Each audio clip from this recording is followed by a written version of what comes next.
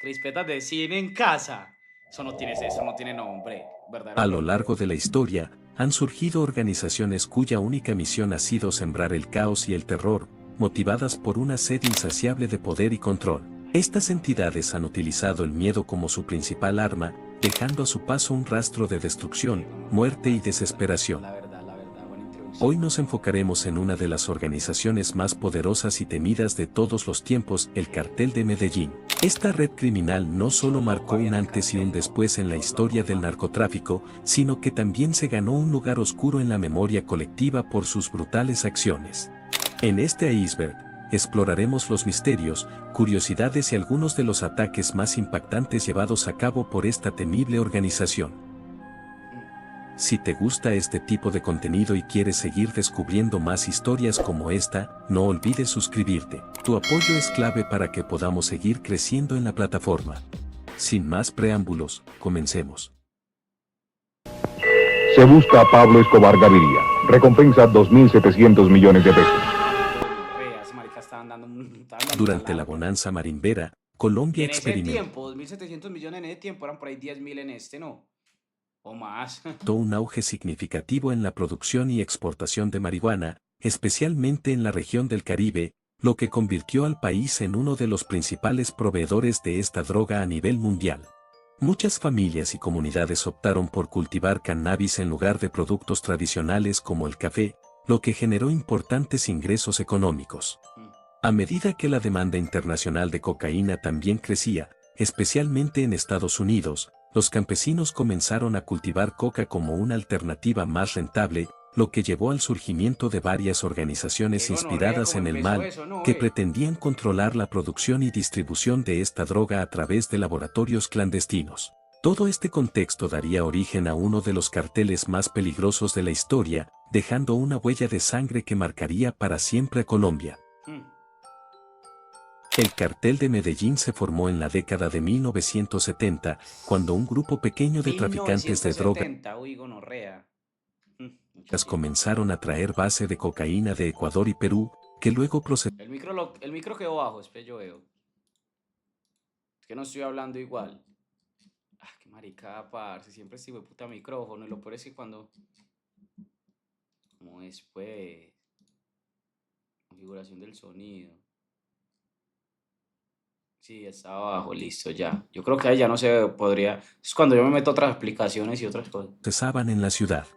Como era un negocio redondo, donde lo que invertías lo multiplicabas por 10, esto impulsó la ambición de Pablo Escobar y su primo Gustavo Gaviria, para consolidar su habilidad para organizar los negocios, uniéndose junto a otros narcotraficantes como los hermanos Ochoa en una red poderosa para la producción y distribución de cocaína. Escobar innovó en técnicas de tráfico, utilizando aviones para el transporte y recurría a la violencia y la corrupción para mantener el control, sobornando a funcionarios y eliminando a rivales. A medida que el cartel creció, se expandió internacionalmente, especialmente en Estados Unidos y Europa, convirtiéndose en uno de los más influyentes y temidos en la historia del narcotráfico. Incluso se dice que para esa época, el cartel de Medellín controlaba el 80% del negocio de la droga en Estados Unidos. Uy, gonorrea, el Gonzalo 80%. No, Gaviria, qué alias El bestialidad. León, fue una figura clave dentro del cartel de Esos Medellín. maricas sí eran unos capos reales. Esos maricas sí fueron los capos. ¿Usted cree que ese marica de Pablo Escobar puede estar a un nivel o más superior o no sé en cuanto a capos de Al Capón? ¿O no? Aunque su nombre no alcanzó la notoriedad pública como los otros Yo creo miembros. que muy superior. Para mí, gonorrea, de verdad, Pablo Escobar fue un capo muy... No, marica, es que como así, huevón, por Pablo Escobar se cambió la constitución política de un país. Pablo Escobar estaba contra un gobierno entero, huevón. Ese marica puso a arrodillar un país, pa. No es algo que se diga orgulloso, pero es que la realidad, huevón, ese marica tenía un país entero oprimido, bro. Uy, Su vínculo con el cartel estaba marcado por su cercanía familiar con Escobar y su participación en las operaciones logísticas financieras de la organización.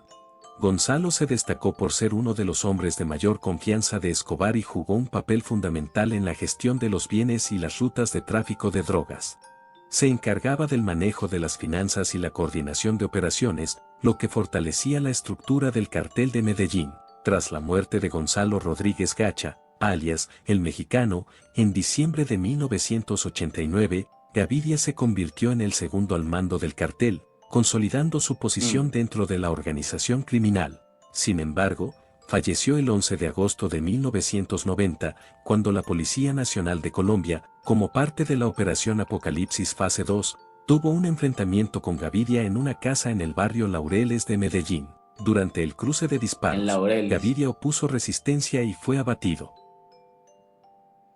Los jóvenes en situación de extrema pobreza desempeñaron un papel crucial en la expansión y operación del cartel de Medellín. Debido a su vulnerabilidad y falta de oportunidades, se convirtieron en el principal objetivo de reclutamiento por parte de los narcotraficantes, especialmente en las zonas más marginadas de Medellín y otras ciudades colombianas. Por eso es que marica tenía ese ejército, aprovecharon la pobreza y desesperación de estos jóvenes, reclutándolos como sicarios, mulas y colaboradores en distintos niveles de la organización. A cambio, les ofrecían dinero, estatus y protección, cosas que no encontraban en sus entornos empobrecidos. La falta de educación, oportunidades laborales y el abandono por parte del Estado crearon un escenario donde unirse al cartel parecía una de las pocas salidas viables para muchos. Algunos de estos jóvenes, incluso menores de edad, fueron entrenados y utilizados para cometer actos violentos como asesinatos, secuestros y atentados. Su disposición a asumir riesgos, junto con la promesa de una vida mejor, alimentaba su lealtad al cartel. El narcotráfico se aprovechaba de la desigualdad social para fortalecer su poder. Escobar se presentaba como una especie de salvador para las clases populares, construyendo viviendas, canchas de fútbol y otros proyectos comunitarios para ganar el apoyo de los más pobres. Esta fachada de benefactor le ayudaba a mantener su influencia en las comunidades marginadas, mientras continuaba reclutando jóvenes para su ejército de sicarios y empleados del cartel. Pinina, cuyo nombre real es John Jairo Arias, fue uno de esos jóvenes que se convirtieron en sicarios por su situación precaria. Este destacó en la década de 1980 y principios de 1990 como un ejecutor clave de los crímenes ordenados por Pablo Escobar y otros líderes del cartel. Su relación cercana con Escobar lo convirtió en un hombre de confianza, participando en diversas operaciones violentas que incluían asesinatos de figuras políticas, miembros de la fuerza pública y rivales del narcotráfico. La notoriedad de Pinina no solo se debió a su implicación en actos de violencia, sino también a su estilo de vida ostentoso, que incluía lujos y exhibiciones de poder. Pinina se estima que estuvo involucrado en decenas de víctimas durante su tiempo como asesino para el cartel de Medellín. Hasta el 14 de junio de 1990, cuando su empleada doméstica lo delató, creando un operativo de la Policía Nacional en su contra, causando su muerte. El ministro de Justicia fue muy fiel, como ¿no, una de Pinina? las primeras víctimas de la extensa lista de asesinatos del cartel de Medellín. Rodrigo Lara Bonilla Ese marica fue más real que 10. Comenzaron a recibir amenazas de la organización criminal. Estas amenazas fueron consecuencia de las contundentes acusaciones que Lara lanzó en contra de Escobar. Ante esta situación, el gobierno colombiano le ofreció un puesto diplomático como embajador en Checoslovaquia, un cargo que aceptó y del cual tomaría posesión el 12 de mayo de 1984, pocos días antes de su muerte. La noche del 30 de abril de 1984 quedó marcada en la historia de Colombia. Rodrigo Lara Bonilla fue asesinado a tiros por sicarios del cartel de Medellín. El ataque ocurrió cuando Lara viajaba en su automóvil, un Mercedes-Benz blanco, por la calle 127, al norte de Bogotá, donde vivía con su familia. Tras el atentado, fue trasladado a otro vehículo y llevado a la clínica Sayo, donde fue declarado muerto poco después de su llegada. Se buscan Pablo Escobar Gaviria y Gonzalo Rodríguez Gacha. Los extraditables se refiere a un grupo de narcotraficantes colombianos que, durante la década de 1980, se opusieron firmemente a la extradición de sus colegas a Estados Unidos. Este grupo estaba compuesto principalmente por miembros del cartel de Medellín, que veían la extradición como una amenaza mortal para su libertad y sus negocios. En ese periodo, el narcotráfico se convirtió en un problema grave en Colombia. El gobierno colombiano, en colaboración con las autoridades estadounidenses, implementó políticas más agresivas para combatir el tráfico de drogas, incluida la firma de un tratado de extradición que permitía a Estados Unidos solicitar la entrega de narcotraficantes colombianos para ser juzgados en su territorio. Ante esta amenaza, el grupo de los extraditables, liderado por figuras como Pablo Escobar, Gonzalo Rodríguez Gacha y los hermanos Ochoa, respondió con una intensa campaña de violencia y terror. En 1989, declararon una guerra al Estado colombiano, llevando a cabo atentados terroristas, Uy, pa, muy asesinatos loco, y ¿no? Uno ataques tener una contra mentalidad de eso, funcionarios para del tirársele gobierno, miembros de al la gobierno justicia y encima. cualquier persona que consideraran un obstáculo para sus operaciones. Una de las manifestaciones más notorias de su oposición fue la creación de una lista de extraditadores, que incluían nombres de jueces, políticos y funcionarios de seguridad que apoyaban la extradición. Estos individuos se convirtieron en víctimas de amenazas, secuestros y asesinatos. La presión internacional y la creciente violencia obligaron al gobierno colombiano a tomar medidas más drásticas contra el narcotráfico. Con el tiempo, muchos de los extraditables fueron asesinados o arrestados, pero su legado dejó una profunda huella de sangre en la historia de Colombia. El bloque de búsqueda fue una unidad de élite, creada en 1989 con el objetivo de capturar a los líderes del narcotráfico, centrándose principalmente en los miembros del cartel de Medellín. Esta fuerza especial se Qué duro, estableció ¿no? como respuesta a la Qué violencia loco, y los gonorrea, tener que atentados llegar a esos niveles perpetrados para por el capturar a una cartel, persona, así como a huevón. la presión interna y externa para desmantelar una organización criminal que tenía a Colombia en un caos. La relación entre el bloque de búsqueda y el cartel de Medellín fue extremadamente antagonista. Mientras que el cartel utilizaba la violencia y la corrupción para mantener su control, el bloque de búsqueda implementaba tácticas de inteligencia y operativos especiales para desarticular las operaciones del cartel, aunque varias veces fue acusado de abuso de poder, pero eso es un tema que tocaremos más adelante.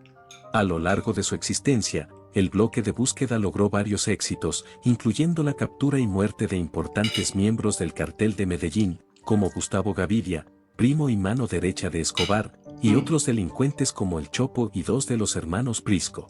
Sin embargo, su mayor logro fue sin duda la muerte de Pablo Escobar el 2 de diciembre de 1993, durante un operativo conjunto entre la policía colombiana y la DEA. Hasta la actualidad, el bloque de búsqueda sigue funcionando, aunque su enfoque ¿Sabe qué es lo verdaderamente loco? Que una persona que haya hecho tanto, haya hecho tanto dinero, huevón, lo hayan capturado solo con una persona, gonorrea, ¿no? La toma del Palacio de Justicia fue uno de los eventos más trágicos. Eso dice mucho también de la cantidad de falsos que tenían todo su proceso, ¿no? 1985, cuando el grupo todos los que mataron, todos los que no... Yo creo que él ya no estaba con nadie, era porque no confiaba en nadie. De llevar a cabo un juicio simbólico contra el entonces presidente, Belisario Betancur, por supuestamente incumplir sus acuerdos de paz.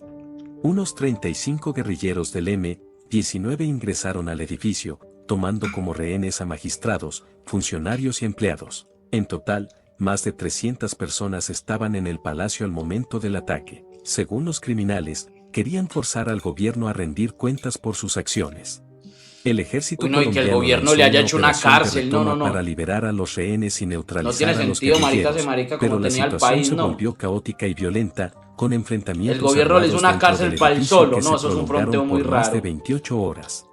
El caos fue devastador, más de 100 personas murieron, entre ellas 11 magistrados de la Corte Suprema de Justicia, y al menos 11 personas desaparecieron. Según John Jairo Velázquez Vázquez, alias Popeye, uno de los sicarios de Pablo Escobar, el cartel de Medellín financió y apoyó la operación con el objetivo de destruir archivos judiciales relacionados con la extradición de narcotraficantes a Estados Unidos. Sin embargo, algunos exmiembros del grupo guerrillero han negado esta afirmación. Los carros bomba fueron una de las tácticas más violentas y aterradoras empleadas por el cartel de Medellín durante la década de 1980 y principios mucha gente de los inocente 90. por eso. Estos ataques consistían en detonar vehículos cargados con explosivos en zonas urbanas con el objetivo de generar caos, sembrar el terror en la población y presionar al gobierno colombiano para que desistiera de la extradición. El uso de carros bomba alcanzó su punto máximo entre 1989 y 1993, durante la llamada narcoguerra o guerra del narcoterrorismo. Escobar y su cartel emplearon esta táctica para desafiar directamente al gobierno del presidente César Gaviria, quien apoyaba firmemente la extradición de los capos del narcotráfico.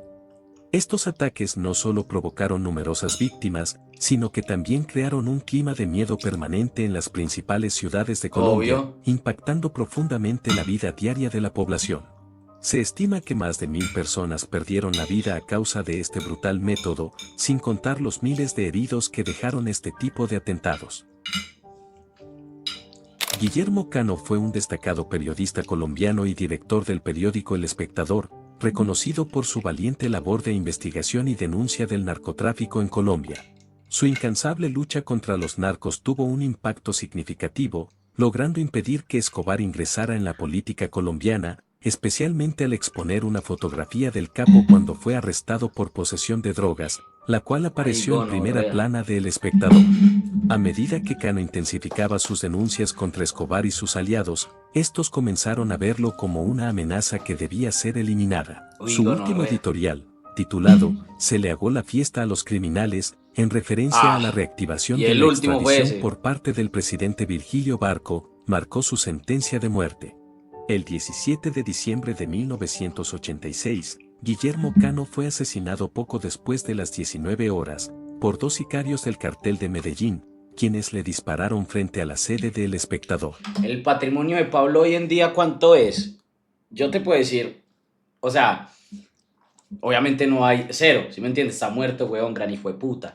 Pero ese marica, papi, dejó familias muy ricas aquí en Medellín. Familias muy, muy ricas, pero ese marica dejó demasiado billete. Posiblemente las personas más ricas de Medellín sigan siendo gente que quedó con esa herencia, ahorita, actualmente, esa plata está dando vueltas, es que eso era demasiado dinero, bro. Eso eran 400 millones de dólares semanales. Durante muchos años, ¿sí me entiende?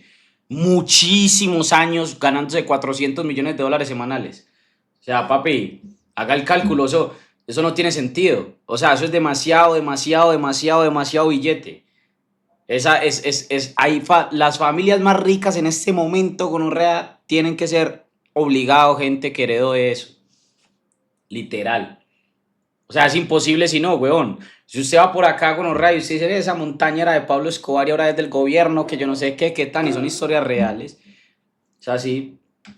Su asesinato fue un duro golpe para el periodismo colombiano y evidenció los riesgos que por ahí media horita para el que partido denunciaban al narcotráfico. A pesar de su trágica muerte, Cano dejó un legado de valentía y compromiso con la verdad, convirtiéndose en un símbolo de la lucha por la libertad de expresión. Falta un tiempo todavía. Su memoria ha sido honrada en Medellín, donde se le erigió una estatua en reconocimiento a su